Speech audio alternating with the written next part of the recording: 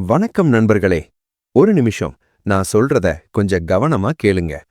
வயசாகிறது அப்படிங்கிறது இயற்கையான ஒரு விஷயம். ஆனா வயசான பிறகு படுத்த படுக்கையா இருக்கணுமா, இல்ல ஓடி ஆடி வேலை செய்யணுமா? இந்த கேள்விக்கான பதில தேடி நாம ஜப்பானுக்கு போக போறோம். ஜப்பான்ல, குறிப்பா ஒக்கினாவா அப்படிங்கிற தீவுல உலகத்துல வேற எங்கேயும் இல்லாத அளவுக்கு 100 வயதை கடந்தவர்கள் அதிகமா இருக்காங்க.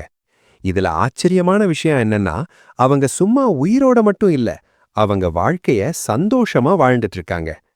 நம்ம ஊர்ல 60, 65 வயசானாலே ஒரு நாற்காலியிலிருந்து எந்திரிக்கிறதுக்கு கூட கைய ஊனி அப்பாடான்னு முணுகிக்கிட்டே தான் எந்திரிக்கிறோம். ஆனா ஒக்கினாவால இருக்கிற தாத்தா பாட்டிங்க மாடிப்படி ஏறுறாங்க, முழங்கால் போட்டு தோட்டம் அமைக்கிறாங்க, மைல் கணக்குல குச்சி ஊனாம நடக்கறாங்க. மேற்கத்திய நாடுகள்ல நடந்த ஒரு ஆய்வுல 40% முதியவர்கள் நாற்காலியிலிருந்து எந்திரிக்கவே சிரமப்படுறாங்கன்னு சொல்றாங்க.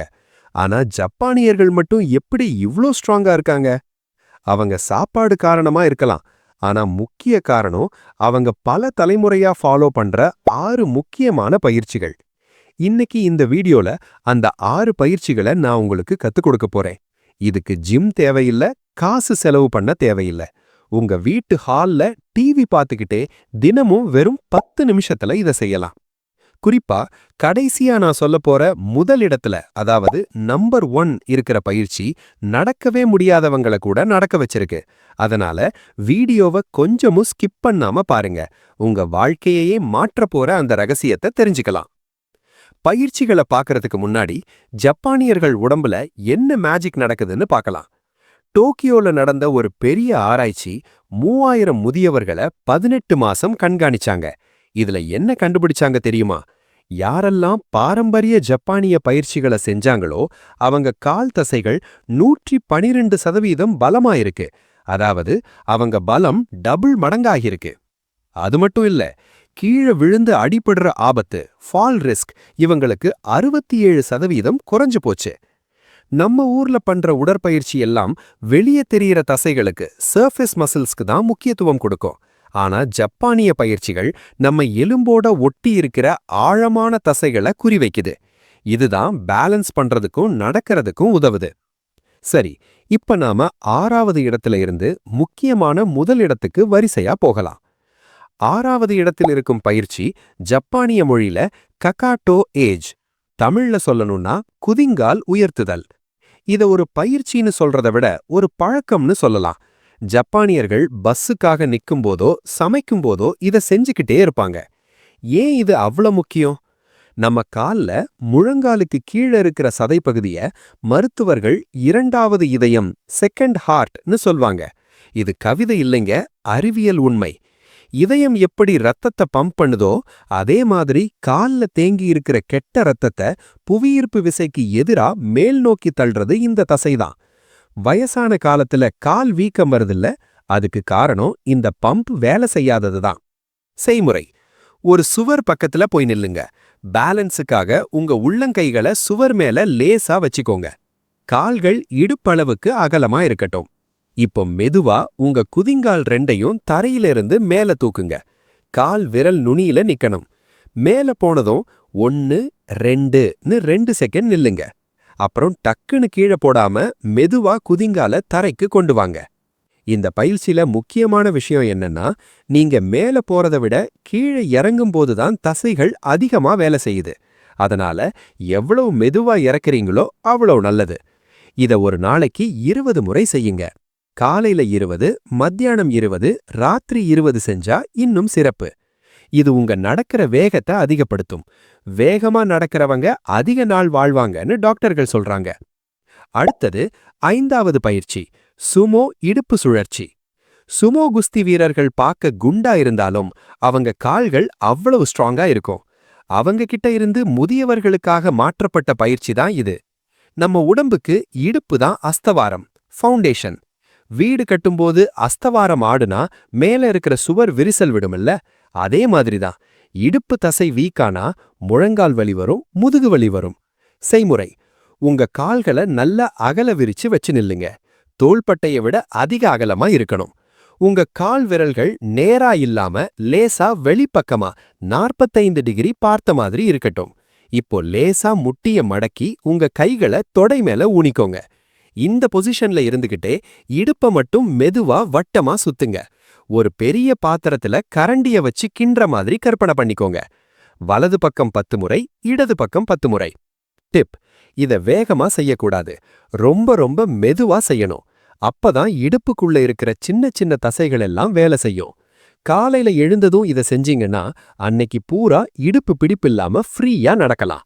4வது பயிற்சி: அமர்ந்து காலை நீட்டுதல், சுவாரி அஷி. நிறைய பேருக்கு மூட்டு வலி இருக்கும். அவங்களால நின்னுட்டு பயிற்சி செய்ய முடியாது. அவங்களுக்காகவே உருவாக்கப்பட்ட பயிற்சி இது. நம்ம தொடைக்கு முன்னாடி இருக்கிற தசைக்கு பேரு குவாட்ரிசெப்ஸ். மாடிப்படி ஏறவும் சேர்ல இருந்து எந்திரிக்கவும் இந்த தசை தான் இன்ஜின் மாதிரி வேலை செய்யுது. 60 வயசுக்கு மேல ஒவ்வொரு வருஷமும் இந்த தசை 5% குறைஞ்சு போகுமா. அதை தடுக்க இதுதான் பெஸ்ட் வழி. செய்முறை: ஒரு நாற்காலியில நிமிர்ந்து உட்காருங்க. முதுகு நாற்காலியில சாஞ்சிருக்கட்டும். பாதங்கள் தரையில இருக்கட்டும். இப்போ ஒரு காலை மட்டும் மெதுவா தூக்கி நேரா நீட்டுங்க. தரைக்கு இணையா பேரலா இருக்கணும். காலை நல்லா விரைப்பா வச்சுக்கிட்டு 2 செகண்ட் ஹோல்ட் பண்ணுங்க. பிறகு மெதுவா காலை கீழே இறக்குங்க. இதே மாதிரி மாத்தி மாத்தி செய்யுங்க. ஒவ்வொரு காலுக்கும் 10 முறை செய்யுங்க. கொஞ்ச நாள்ல இது ஈஸியா வந்துருச்சுன்னா சின்னதா ஆங்கிள் வெயிட்ஸ்னு விக்குது. அதை காலில் கட்டிக்கிட்டு செஞ்சா பலம் இன்னும் சீக்கிரம் கூடும்.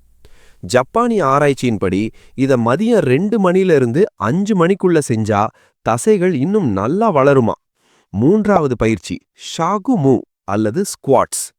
நம்ம ஊர் டாக்டர்கள் வயசானவங்கள பார்த்து கீழே உக்காராதீங்க, இந்தியன் டாய்லெட் போகாதீங்கன்னு பயமுறுத்தி வச்சிருக்காங்க. ஆனா ஜப்பானியர்கள் 90 வயசுலயும் முழுசா கீழே உக்காந்து எந்திரிக்கிறாங்க. உண்மை என்னன்னா, நீங்க கீழே உக்காரதான் மூட்டுகள்ல லூப்ரிகேஷன் அதிகமாகும். நிறுத்திட்டீங்கன்னா அது துருப்பிடிச்ச மாதிரி ஆகிடும். ஆனா இத பாதுகாப்பா செய்யணும். செய்முறை: ஒரு உறுதியான மேஜை அல்லது ஜன்னல் கம்பியை பிடிச்சுக்கோங்க. கால்களை தோள்பட்டை அளவுக்கு விரிச்சு வச்சுக்கோங்க. இப்போ ஒரு நாற்காலியில உட்கார போற மாதிரி உங்க இடுப்ப பின்னாடி தள்ளி மெதுவா கீழே இறங்குங்க. முழுசா உட்கார வேண்டாம். உங்களால வலி இல்லாம எவ்வளோ தூரம் போக முடியுமோ அவ்வளோ தூரம் போனா போதும். அங்க 3 செகண்ட் நின்ன பிறகு குதிங்கால அழுத்தி மேலே எழும்புங்க. வாரத்துக்கு ஒரு தடவை ஆழமா செய்யறத விட தினமும் கொஞ்சம் கொஞ்சமா செய்யறது தான் முக்கியம். முதல்ல 5 முறை செய்யுங்க. அப்புறம் வாரம் ஒன்னொன்னா அதிகப்படுத்துங்க. இப்போ 2வது மிக முக்கியமான பயிற்சி: கட்டாஷி தாட்சி, அதாவது ஒற்றை காலில் நிற்றல். வயசான காலத்துல உயிரிழப்புக்கு மிக முக்கியமான காரணம் என்ன தெரியுமா? கீழே விழுந்து எலும்பு முறிவு ஏற்படுவது. இதை தடுக்கணும்னா உங்க மூளைக்கும் காலுக்கும் கனெக்ஷன் ஸ்ட்ராங்கா இருக்கணும். 1 நிமிஷம் ஒற்றை காலில் நிக்கிறது 50 நிமிஷம் நடக்கிறதுக்கு சமம்னு ஜப்பான் டாக்டர்கள் சொல்றாங்க. செய்முறை: வழக்கம் போல சுவர் பக்கத்துல நில்லுங்க. ஒரு காலை மட்டும் லேசா சும்மா 1 இன்ச் அளவுக்கு மேல தூக்குங்க. இன்னொரு கால்ல முழு பாரத்தையும் தாங்கி நிக்கணும். ஆரம்பத்துல 3 செகண்ட் நிக்கிறது கூட கஷ்டமா இருக்கும். பரவாயில்ல, போக போக 30 செகண்ட் வரைக்கும் நிக்க முயற்சி பண்ணுங்க. இதை நீங்க பல் விளக்கும் போதோ டீ போடும் போதோ கூட செய்யலாம். இன்னும் கஷ்டமா வேணும்னா கண்ணை மூடிக்கிட்டு ஒத்த கால்ல நிக்க ட்ரை பண்ணுங்க. கண்ணை மூடினா உடம்பு ஆடும். அப்ப தசைகள் இன்னும் வேகமா வேலை செய்யும். நண்பர்களே, இப்போ நாம நம்பர் 1 இடத்துக்கு வந்தாச்சு. இதுதான் தாட்சி சுவாரி. சிம்பிளா சொல்லணும்னா எழுந்து உட்காருதல். கியோட்டோ பல்கலைக்கழகத்துல நடந்த அந்த ஆச்சரியமான ஆய்வுல நடக்கவே முடியாம வாக்கர் வச்சு நடந்தவங்கள வெறும் 8 வாரத்துல தன்னிச்சையா நடக்க வச்ச பயிற்சி இதுதான். இது ஏன் அவ்வளோ பவர்ஃபுல்? நீங்க உக்காந்து எந்திரிக்கிறப்போ உங்க முழு உடல் எடையையும் புவியீர்ப்பு விசைக்கு எதிரா தூக்குறீங்க. இது ஜிம்ல வெயிட் தூக்குறதை விட சிறந்தது. பின்னாடி சேர் இருக்கிறதால கீழே விழுந்துருவோமோங்கிற பயம் இருக்காது. அந்த பயம் போனாலே பாதி பலம் வந்துடும். சரியான செய்முறை: ஒரு கைப்பிடி இல்லாத நாற்காலியில உட்காருங்க. பாதங்கள் தரையில அழுத்தமா இருக்கட்டும். உங்க 2 கைகளையும் மார்புக்கு குறுக்க எக்ஸ் வடிவுல கட்டிக்கோங்க. இப்போ மூச்சை இழுத்துக்கிட்டே கைய ஊனாம கால்களை மட்டும் பயன்படுத்தி எந்திரிக்கணும். நிமிர்ந்து நின்ன பிறகு மெதுவா, ரொம்ப மெதுவா உட்காரணும். தொப்புன்னு உட்காரக்கூடாது. அந்த உட்கார போற நேரம் தான் தசைகள் உறுதியாகும் நேரம். இத காலையில 10 முறை, சாயங்காலம் 10 முறை செய்யுங்க. ஆரம்பத்துல கைய கட்டிக்கிட்டு எந்திரிக்க முடியலன்னா கைய ஊனிக்கோங்க, தப்பில்ல. ஆனா போக போக கை உதவி இல்லாம எந்திரிக்க பழகிக்கோங்க. எப்போ உங்களால மூச்சு வாங்காம தொடர்ந்து 30 முறை உட்கார்ந்து எந்திரிக்க முடியுதோ அப்போ உங்க கால்கள் 20 வயசு வாலிபன் மாதிரி பலமாயிடுச்சுன்னு அர்த்தம். பாத்தீங்களா?